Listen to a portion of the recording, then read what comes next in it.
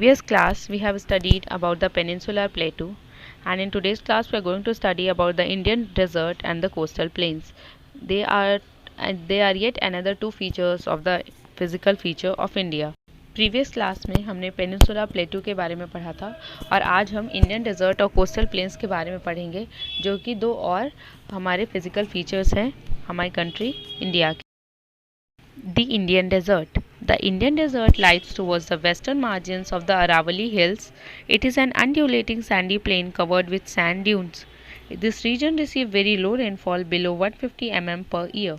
Indian desert जो है वो लाई करता है वेस्टर्न मार्जिन जो है अरावली हिल का, वहाँ पे लाई करता है. और एक ये अनड्यूलेटिंग सैंडी प्लेन है जो कि कवर्ड होता है सैंड ड्यून से. अनड्यूलेटिंग का मीन होता है कि एक स्मूथली राइजिंग और फॉलिंग फॉर्म ऑफ आउटलाइन जो है ये होता है.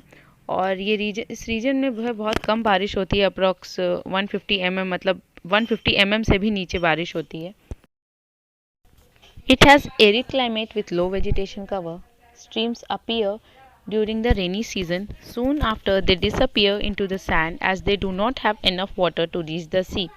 Luni is the only river in this region. अगर हम इंडियन डेजर्ट के क्लाइमेट की बात करें तो बहुत ही ड्राई क्लाइमेट होता है और जो यहाँ का वेजिटेशन कवर है वो काफ़ी कम होता है.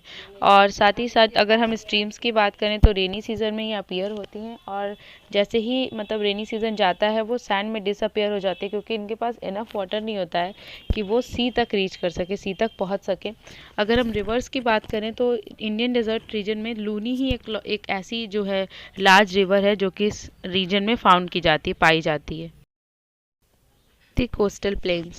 The Peninsula Plateau is flanked by a stretch of narrow coastal strips running along the Arabian Sea on the west and the Bay of Bengal on the east. Peninsular Plateau है वो कि घिरा हुआ है जो है एक पतली जो है बहुत ही पतली सी जो है तटीय पट्टी है जिसको हम नैरो कोस्टल स्ट्रिप बोलते हैं, जो कि कहाँ से कहाँ तक है. वेस्ट में अगर बात करें तो अरेबियन सी के वेस्ट में और बे ऑफ बंगाल के ईस्ट में इसमें जो है पतले सी एक नैरो स्ट्रिप गई हुई है. These are known as coastal plains, जिन्हें हम coastal plain कहते हैं. The western coast is a narrow plain sandwiched between the Western Ghats and the Arabian Sea.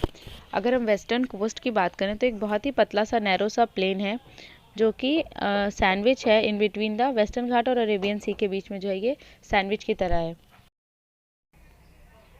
If we talk about the coastal plain, the western coast consists of three parts. That is, the northern part is called Konkan or Mumbai Goa. The central stretch is called Kannada Plain, while the southern stretch is referred as Malabar Coast. ये तीन part में divided है western coast हमारा. पहला जो है उसको हम कोंकण नाम से जानते हैं, दूसरा कन्नड़ प्लेन और तीसरे को हम मालाबार कोस्ट के नाम से जानते हैं. The plains along the Bay of Bengal are wide and level. In the northern part, it is referred as Northern Sircar, while the southern part is known as Coromandel Coast. Plains हैं bay of Bengal के around में, वो काफ़ी wide हैं और level में हैं. Northern part जो है इस प्लेन का उसको हम नॉर्दर्न सरकार बोलते हैं और जो साउदर्न पार्ट है उसको हम कोरोमंडल कोस्ट के नाम से जानते हैं. Such as Mahanadi, the Godavari, the Krishna and the Kaveri have formed extensive delta on this coast. अगर हम बड़ी नदियों की बात करें जैसे कि कृष्णा, गोदावरी, महानदी और कावेरी, ये सारे जो है एक बहुत ही एक्सटेंसिव डेल्टा बनाते हैं इस कोस्ट पे.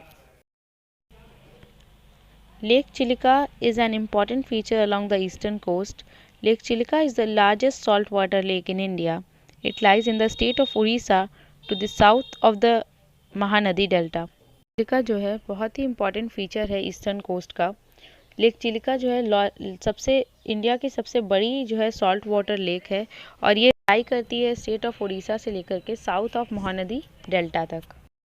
That's it for today's class. Thank you.